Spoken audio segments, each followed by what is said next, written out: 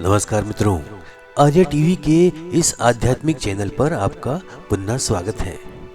पिछले एपिसोड में हमने मनाचे श्लोक के 64वें श्लोक का विवेचन सुना था। आज हम 65वें श्लोक का विवेचन सुनेंगे। तो आइए शुरू करते हैं आज का एपिसोड। आज का श्लोक इस प्रकार है। नको दैन्यवाणे जिणे भक्ति ऊणे, अति मूर्खत्या सर्वदा दुःख दूणे, धरी रे मना आदरे प्रीति रामी, नको वासना है मधामी विरामी। आइए मराठी भावार्थ सुनते हैं। भक्ती बिना जीवन जगू नये, दीनताने जगू नये। अति मूर्ख लोक नेहमी दुःखात राहतात. मनात आदर आणि प्रेम ठेवा, वासनांना बळी पडू नका. ऐश्वर्यामध्ये लोळण्याची वासना धरू नकोस, त्यामुळे तुम्ही आजारी पडाल. आइए हिंदी भावार्थ सुनते हैं। भक्ति के बिना असहाय जीवन नहीं होना चाहिए। जो अत्यंत अज्ञानी होता है वह सदैव दुख भोगता है।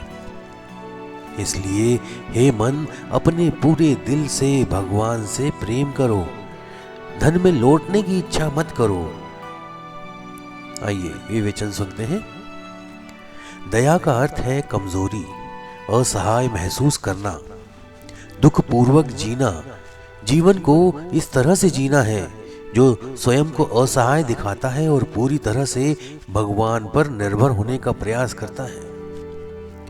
भक्ति ऊणे, इस शब्द का अर्थ है भक्ति पूर्वक। समर्थ रामदास महाराज बताते हैं कि भक्ति केवल दान से नहीं भरी जा सकती। दैन्य एक प्रकार की वासना है जो स्वयं को कमजोर दिखाकर ईश्वर से कुछ पाने की कोशिश करती है। समर्थ रामदास महाराज ऐसे लोगों को अत्यधिक मूर्ख कहते हैं जो क्रूरतापूर्ण जीवन जीते हैं। वह बताते हैं कि दैन्य भक्ति नहीं बल्कि अहंकार का एक रूप है जो खुद को कमजोर और भगवान पर निर्भर दिखाने की कोशिश करता है। सदैव दुख, ऐसे लोग सदा दुख अर्थात हर समय दुख भोगते रहते हैं। दया एक प्रकार का मानसिक बंधन है जो व्यक्ति को दुख के चक्र में फंसाए रखता है। धरी रे मना आदरे प्रीति रामी।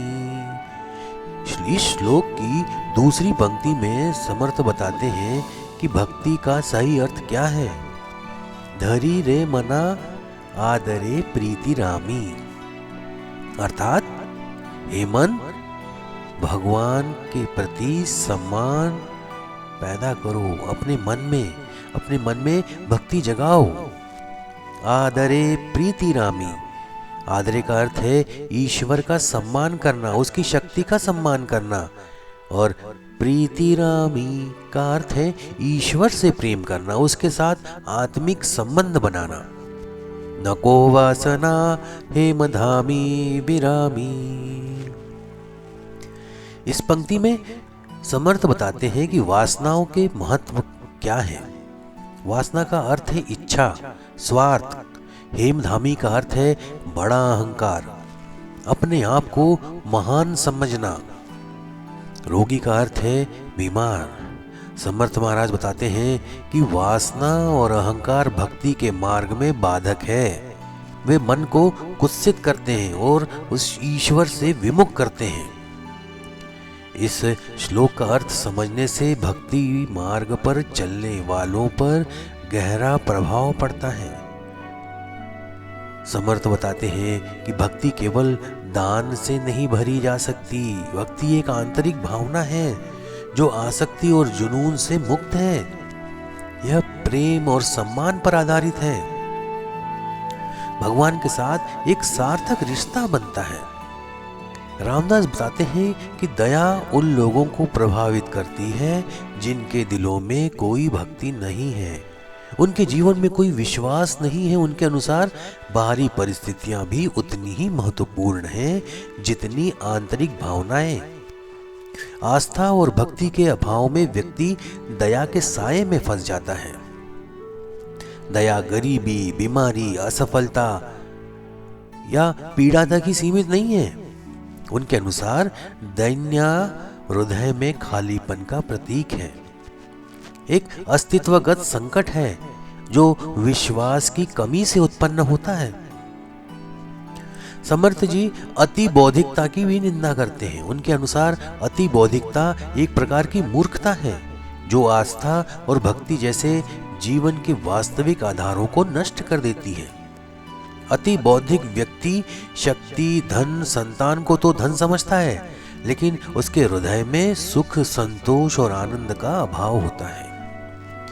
अति बौद्धिकता एक प्रकार की आत्म केंद्रित सोच है जो व्यक्ति को बाहरी चीजों में फंसाकर आंतरिक शक्ति और संतुष्टि से दूर रखती है।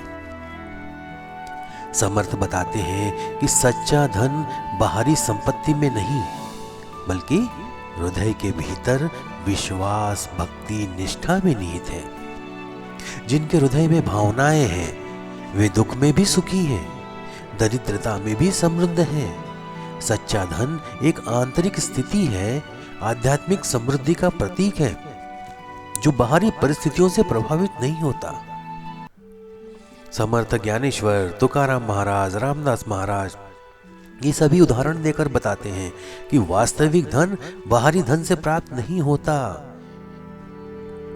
ये संत बाहरी गरीबी में भी सुख से रहते रहे क्योंकि उनका हृदय ईश्वर की भक्ति से भरा हुआ था।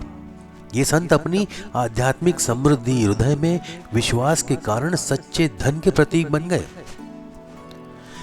समर्थ देशभक्ति और कर्तव्य निष्ठा के महत्व पर प्रकाश डालते हैं। उनके अनुसार देशभक्ति और कर्तव्य निष्ठा व्यक्ति को विपत्तियों से लड़ने की ताकत देती है। क्रांतिकारी वीर योद्धाओं का उदाहरण देकर वो बताते हैं कि कर्तव्य से भरा हृदय कष्ट में भी प्रसन्न रह सकता है। देशभक्ति और कर्तव्य निष्ठा एक प्रकार का आत्मबल है जो व्यक्ति को बाहरी परिस्थितियों का सामना करने की शक्ति देता है। समर्थ बताते हैं कि करुणा बाहरी परिस्थितियों का उत्पाद नहीं बल्कि आंतरिक दृष्टिकोण का प्रतीक है। भक्तिमय प्रेम के भाव में व्यक्ति दया की छाया में पड़ जाता है। दया एक अस्तित्वगत संकट है जो विश्वास की कमी से उत्पन्न होता है। असली धन बाहरी संपत्ति में नहीं बल्कि हृदय के भीतर आस्था, भक्ति और निष्ठा में है। जिनके हृदय में ये भावनाएं हैं वे दुख में भी सुखी हैं, दरिद्रता में भी समृद्ध हैं। उनके विचारों का विश्लेषण करने से हमें जीवन में सच्चे मूल्यों के महत्व को समझने में मदद मिलती है। तो आज का विवेचन यहीं समाप्त करते हैं। मिलते हैं अगले एपिसोड में एक नए श्लोक और नए विवेचन के साथ। तब तक के लिए जय जय रघुवीर समर्थ। नमस्कार।